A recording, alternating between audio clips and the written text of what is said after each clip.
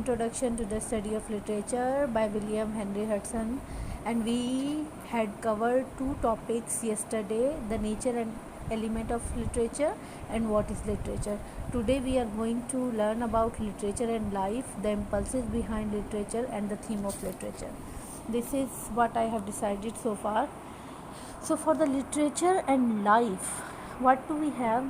To say that literature grows directly out of life is, of course, to say that it is in life itself that we have to seek the sources of literature, or the other words, the impulses which have given birth on the various form of literary expression. So it is the need, or it though these are the needs which are behind the various form of literary expression. So the classification of literature therefore is not convinced nor arbitrary. What we call the formal division of literature must be translated in terms of life if we would understand how they originated and what meaning they still have for us.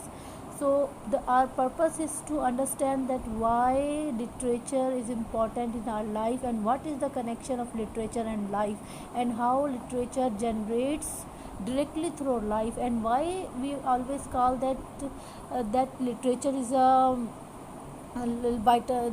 Literature is used to keep a vital record of man's life, or his experiences, or his thoughts and feelings, or all other aspects. So why do we call all these things that and why do we call that the literature is fundamentally an expression of life through the medium of language? So for this purpose of reading of literature, what happened? The great impulses behind literature may, I think, be purpose, according to Hudson, I think, be grouped with accuracy enough for practiced purposes under four heads. Our desire for self-expression. Our desire for self-expression means that what we want to express, what experience we had in our life, how we want to express ourselves. So this desire is the number one expression, or self-expression. Our desire for self-expression is number one impulse. Then our interest in people and their doing. Then what we do, we often have a lot of interest on what people are doing and how they are doing. We read people, we study people, we gather people, we do communicate with other people, and we have our social circle, and sometimes we have a vast study on other classical writers and romantic writers and historical writers, but here we are concerned with the English writers, so I will talk about those writers only. So sometimes we have our interest in people and their doings, that what people have done in their life, what are their achievement, what are their what they have achieved in their lives, and how they moved on, how they got success in their life, how they survived from big disasters. So our interest is the second impulse. Then our interest in the world of reality in which we live, and in the world of imagination which we conjure into existence. Then it comes to our world of imagination, that how we decide that how our world of reality in which we live and how our world of imagination mingles, how our existence creates. Then it comes to the third impulse, that sometimes we do not understand that in the world in which we are living, and in the world of imagination and the world of reality is quite difficult to understand sometimes. But through literature it comes. Then we create literature. What is the need of creating literature? The creating literature is the need of creating literature is what? That our interest in the literature in the world of reality, that what is going on around us, in which we live, like our interest in our surrounding, in the world of imagination, in the world of our mind, which we conjure into existence, that we bring into existence, like what is happening in our mind, we bring that things into existence. That is our third impulse. And then our love of form as form.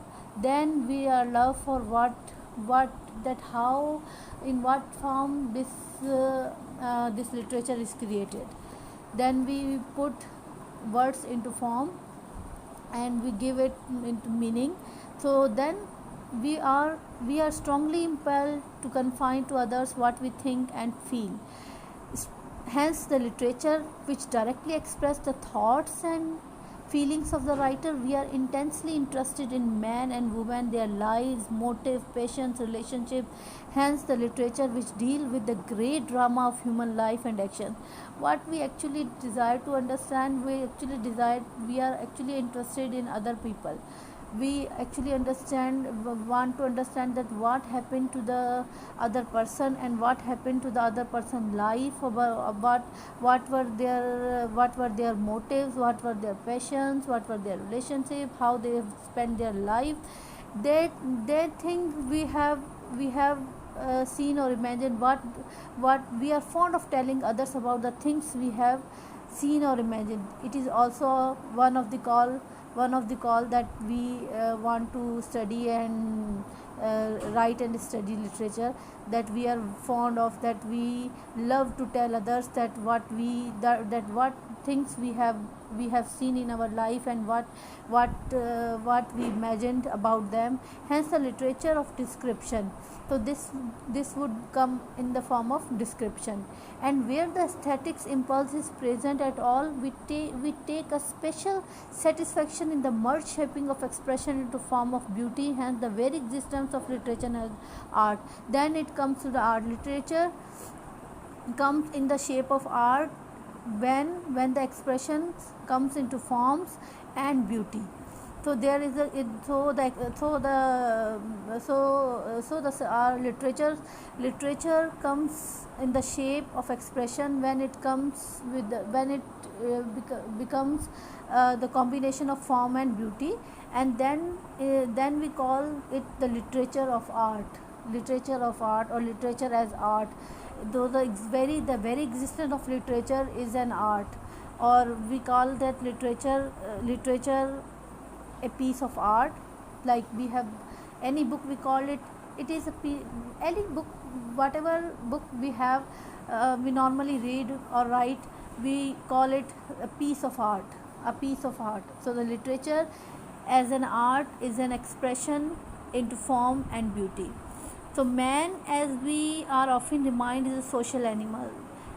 As I have already told you, that man is a social animal, and we have a social context, we have social society in which we are living in, as we thus by the actual constitution of his nature unable to keep his experience, observation, ideas, emotions, fancies to himself, but is on to contrary under stress of a constant desire to impart them to those about him. The various forms of literature are to be regarded as only as many channels which he has opened up for himself for the discharge of his sociality through media, which in themselves testify to his paramount desire to balance expression with artistic creation. So it is man's desire to express his emotions, his constant desire, his fancies, his emotions, his ideas, his observation. The person wants to convey that thought, that emotion to the other person. So that's why they use different form of literature, like drama, like poetry, like novels, like prose, like so many other forms of literature. So they put those thoughts into those forms, and then they forward those ideas, and through that process they communicate their imagination and their very reason for creation. They communicate through literature. So this is what we have for today. the purpose of reading and writing literature, and the impulses behind literature. Yesterday we have covered what is literature. Here I have the definition that literature is a vital record of what. Then have seen it is a throwback, I am giving you a uh,